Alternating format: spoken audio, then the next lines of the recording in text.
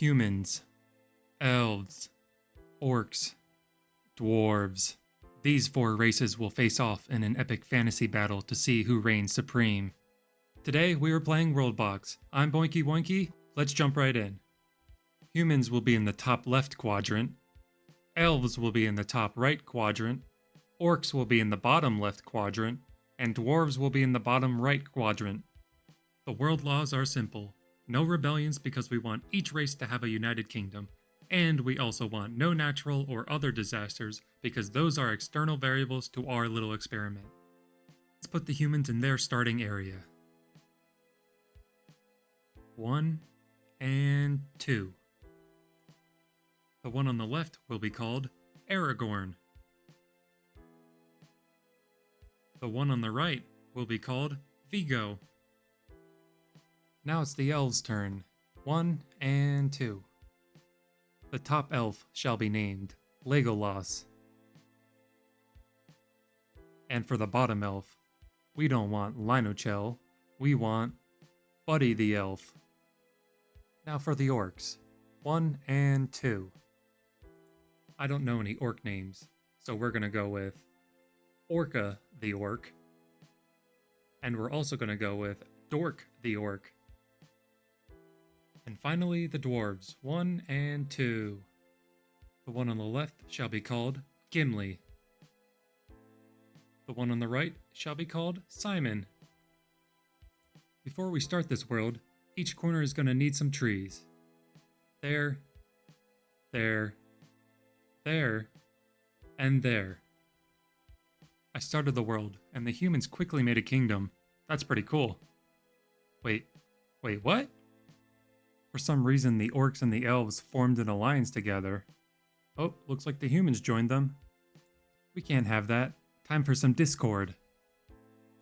There we go, nice and distinct. Alright, it's been 54 years since the start of the world. I'm going to let the world run for about 1,000 years, so please wait a second. And there we go. It's been about 1,000 years, so why don't we go check in on everyone? Looks like everyone filled out their areas quite nicely. Each race's population seems to be running about 2,000 to 3,000 people. I'd say that's pretty good. Oh, also, I noticed that the center of the map has a lot of unused space for our fantasy world. I think we can spice things up a little bit. So we're gonna put Sauron there. Everything is now set, so we're gonna kick off the start of this war and remove the walls. Actually, before we start, let's look at some numbers. So the world population is about 11,000 right now. The total deaths seem to be about 88,000. I can't wait to see what the numbers look like after the war. Okay, looks like the dwarves are spreading out a little bit. Meanwhile, it looks like an orc is crusading against the demons. Wow, that flew high. Everyone is taking it personally and is now attacking Sauron and his demons. Oh, there goes the tower. Some time has passed and I feel like we're due for a battle sometime. Oh, wait. Looks like the orcs and the dwarves are duking it out right now. The dwarves really are armed though, so I don't know how this will go. Oh, never mind. Here comes a giant orc battalion. Wow, both sides are flinging arrows like crazy. The dwarves were not enough. The orcs have completely overrun them and now are flooding into the dwarves' territory. The dwarves are finally retaliating in the northern part of their territory. It's a bold, dare I say, genius strategy to leave your country defenseless as you attack barren space. The orcs bit a major chunk out of the dwarves' territory, and for some reason, the humans and elves decided to set up colonies in the middle of this battle. It seems that the humans have finally joined this war and have now started battling the orcs. Wait, what? What's this? Oh! I guess the elves also do not like the orcs and have started attacking them as well. Things are not looking good for the orcs. Yup, look at that. The humans and the elves are drowning the orcs with arrows. They're not even in an alliance. It just feels like they both really do not like the orcs. I think it might be hatred. The humans are even going after the orc children now. Looks like this is the end of the orcs. Yup. Oh, or not. There are 3 orcs that somehow survived. Never mind, The entire elf army is offended at the orcs' existence, so they're all directly running to finish them off for good. Rip. The elves now started attacking the dwarves as well. They are a vicious people. They ravaged the dwarves' territory. I wonder if they will take out the dwarves as well. Wow, the dwarves got really lucky. For some reason the elves stopped attacking and are going back home. How are the humans doing? They have about 3,600 people. That's pretty good.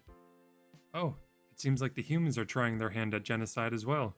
I'm sure it will not take as much for them to defeat the remaining dwarves. They have opted into a D-Day level invasion on the left side, and a minor invasion on the right side. Dividing and conquering actually is a decent strategy in this case. POV, the fall of Rome. And then there were two. The humans with about 4,200 people, and the elves with about 3,100. Oh, the humans are looking to be the aggressor against the elves. That makes sense, they have at least 1,000 more people than them. Oop, the war has started. Wow, there are battles happening all along the border. But the humans really seem to be gunning for the elf colony near their territory. The really major battles are happening more towards the center of the map. Fires are breaking out and both sides are really going at it. It kinda looks funny with everything sped up. The center of the map is turning into a real no man's land. The elves are pushing back against the humans' territory. And it seems like it's working. This is pretty fascinating. The elves are forcing the humans to fight on their territory border for a while now. I would have assumed the elves would have gotten overrun by now. It's been a little bit. The war is now on the elf side, but not much has changed otherwise. I stand corrected. The humans launched a major counterattack into the elves' territory and have already destroyed the bottom part of it. I think they'll be quickly taking this area here real soon. The humans are looking for a peace treaty. I would have thought the humans would have tried going for a win here since they have figuratively and literally backed the elves into a corner. Since the humans and the elves have their precious peace, for now, I'll speed up time to let them expand a little again until they change their minds and want more bloodshed. It did not take that long. As you can see, the map is completely filled out, with humans taking up 75% of the map. Meanwhile, the elves merely hold on to the eastern side. And so the end begins. Look at that, there are battles happening all along the entire border. The humans are absolutely blitzkrieging the northern part of the map. Wow, they really like fire. The elves are not looking too hot right now.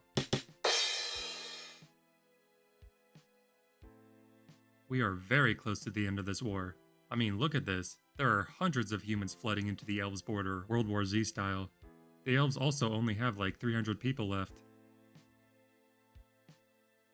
Ooh, all that's left of the elves are children. Looks like this little soldier boy is not coming home.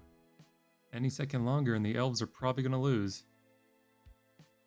Yep, there you go. The humans have reigned supreme. It only took them 236 years after the walls have fallen, which I say is not bad. Let's look at the stats. So the current population is 7,235. That is less than our original starting number of 11,541, which may not be surprising when 75% of the world dies. The total deaths now is 136,376, which is way more than our starting number of 88,331. That means 48,000 people have died in those 2 years. Now you're probably wondering, Boinky Woinky, what else is there to do? The humans won. Well, if you've seen any of my other WorldBox videos, I usually like to end things with a bang. Chaos and terror all throughout the lands. I think I made Mordor look like Weenie Hut Jr. And... perfect. There goes the humans. If you have enjoyed this video, please like and subscribe. Maybe then my parents will love me. Anyways, As always, thank you for watching.